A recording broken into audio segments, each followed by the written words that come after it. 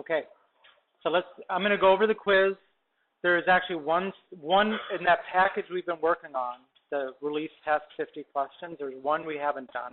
We're going to talk about that, and then I'll give you a study guide for the test we're going to do on Friday. The test we do on Friday is, this stuff is included. So if you do better on the test on Friday, I'll replace the lower quiz score. We're going to take another test on Tuesday, which is like the one you already took. Okay, that one just stands on its own. Okay, so the first one, find the sum of this geometric series. It's infinite. You're already told that it's infinite, so we're going to use this formula. S equals A1 over 1 minus R. And the A1 is clear, right? That's 9. What is the R?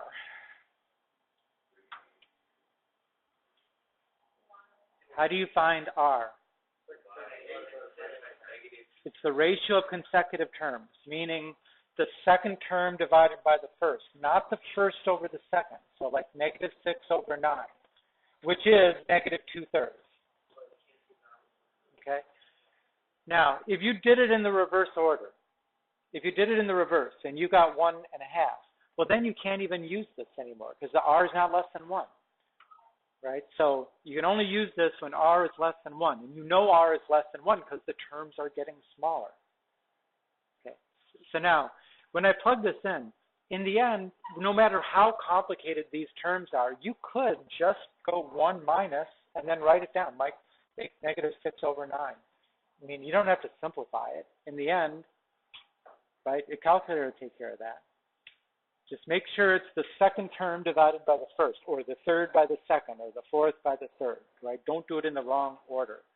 If you did it like this, a lot of people did this as they did it as a fraction, and they got 27/5. And if you did it as a decimal, it was 5.4.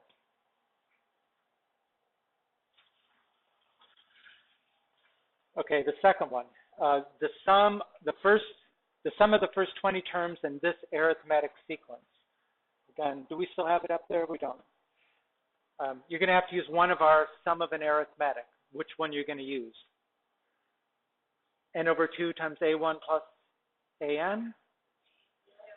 Or A over N over 2 times 2A1 plus N minus 1 times B? I mean, you don't have the last term. So either you're going to have to take a step and calculate the last term, or just use that formula. So we would use this one. Sn equals N over 2 times 2A1 plus N minus 1 times D. Okay, now you got to plug in the right things, right? What is the N? 20 is here, right? What is the A1? 1/3. What is the D?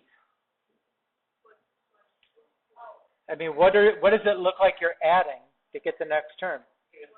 The D is 1/3 also, right? So D is 1/3. That's what has to be plugged in all those spots. And if you did that, I think the answer was 70? Yeah, 70.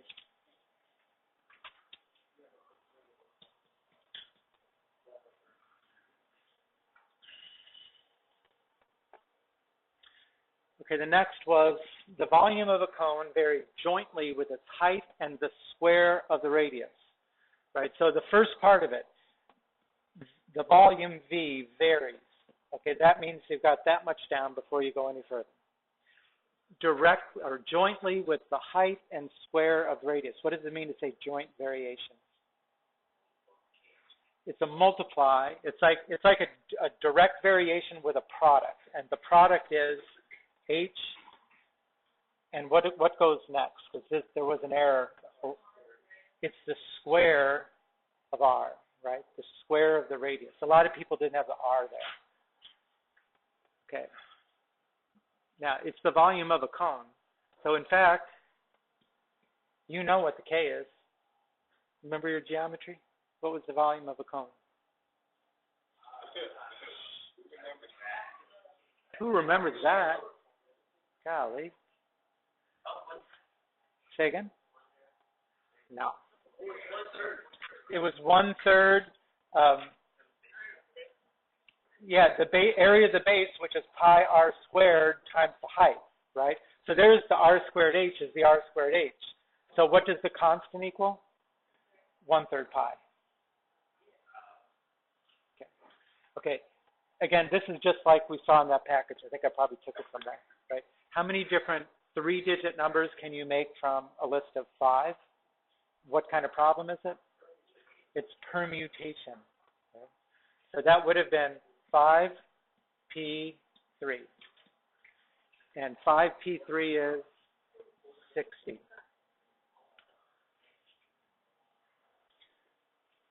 We're good? Okay. A normally distributed data set has a mean of 0 and a standard deviation 0.5. What percent is in between -1 and 1? Okay. Well, before I draw the picture and all that, if you might be able to just answer this without even, doing any calculation or anything. How many standard deviations away from the mean is -1? 2. And 1 is 2. So what they're asking is what percent is in between -2 standard deviations on the left and +2 on the right. And that's one of our standard percentages. So which one is that? It's the 95, right? It's 95%, if you just knew that much. But here's usually what they'll say to do. If you have a problem that involves normal, draw a curve, right? Draw your prettiest bell, right, like that. Label the middle with the mean, and then put in the standard deviations to the left and right. 0.5, 1, 1.5, -0.5, -1, -1.5. And then,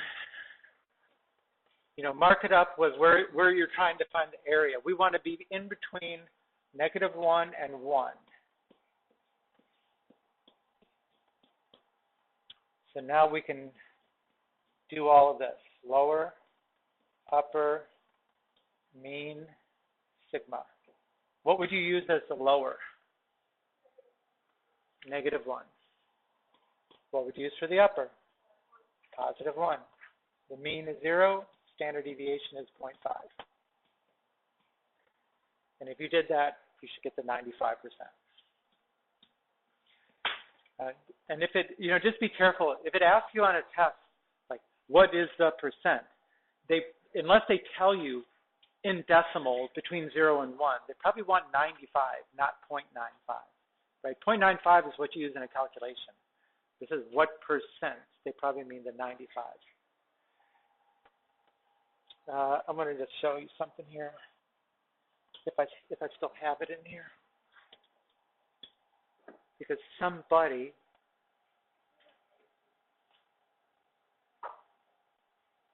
I don't have it in there.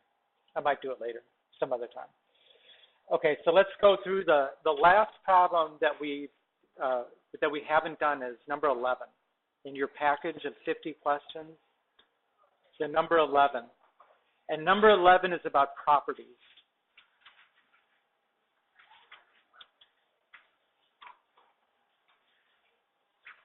I mean, the SOL, meaning not the test, the standard of learning is that we're supposed to know the field properties of complex numbers. But in the end, there is nothing in the book that talks about complex numbers. The properties are the properties of real numbers.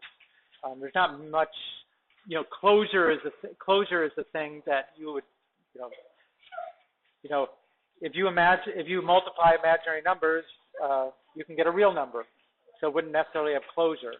But we rarely deal with that. Most of these are properties you've been dealing with probably since elementary school. Okay, you just sooner or later you got to either know it or you don't. Commutative means order, right? Associative means grouping. The identity element for addition is 0. The identity element for multiplication is 1. Right? The inverse. The additive inverse and the multiplicative inverse, also known as a reciprocal, right? Distributive property. I mean, those are all things I know that you've done many times. And there's not much I can say, other than if you need to study it and look at it, there's probably one question that's going to deal with this stuff. Now, the one question on the release test is actually not in that list. It's in this list, which is called properties of equality. And these are kind of a little different than the next slide, which are also properties of equality. But reflexive property, A equals A. A number equals itself. Okay? I think that's a very esoteric property that probably in higher math we would end up having to actually make a statement that says that and say, therefore it's true or something like that. But there is a difference between reflexive, A equals A, and symmetric, which is that if A equals B, then B equals A, meaning you can switch the sides that you're writing these expressions. I mean, sometimes when we're solving an equation, the variable's on the right, and I just automatically switch it to the left because I'd rather have it on the left. When I do that, that's symmetric property. Okay. Substitution is a property. If we have something like, let's say they give you an operation, and they're giving you all the steps. Maybe on one step it says 2x plus 3x. And on the next line, it says 2 plus 3 times x.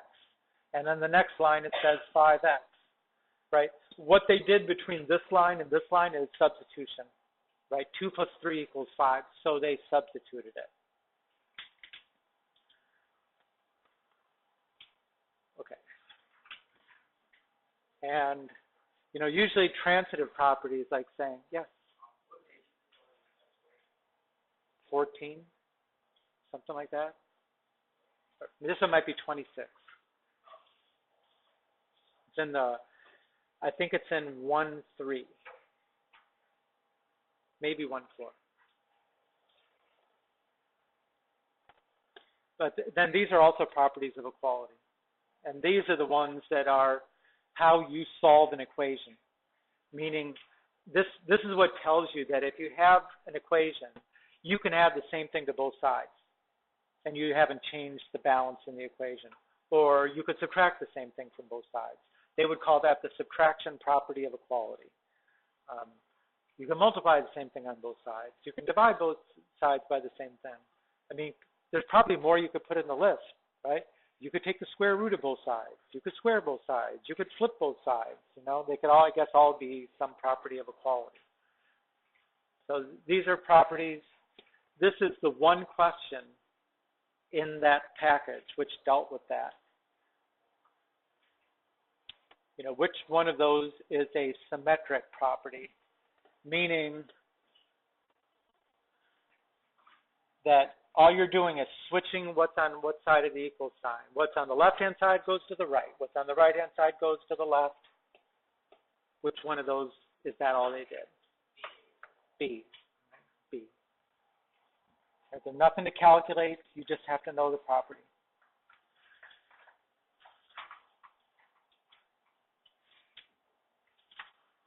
Okay. We good? Natalie says I can go ahead. Good. Thank you. Okay, so on Friday, we are going to,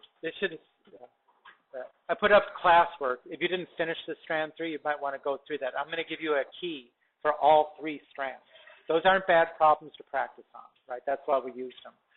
For the test on Friday, from that 50-page, 50-question release test we've been using since the beginning, right? These 25 questions are the 25 that we didn't already do, right? And that's what the test will be on. On Tuesday, we're going to go back and do another one like that. Now, what's going to happen? This is probably a harder test. There's much less in the way of strategies that you can use. You're going to have to know stuff for real. This one, if you were really good at all the strategies, substituting x equals pi, y equals z, all that stuff, then you're going to be doing exactly the same thing again, right? It's exactly the same format. I just replaced the problems with something different. Okay? What's that? No, you're not using the package this time. You have to know it. This time you're not using your package. Yeah. Well, we have a month and a half left, don't we? So why don't you ask me in June? Okay. Okay. So let me write one thing on here.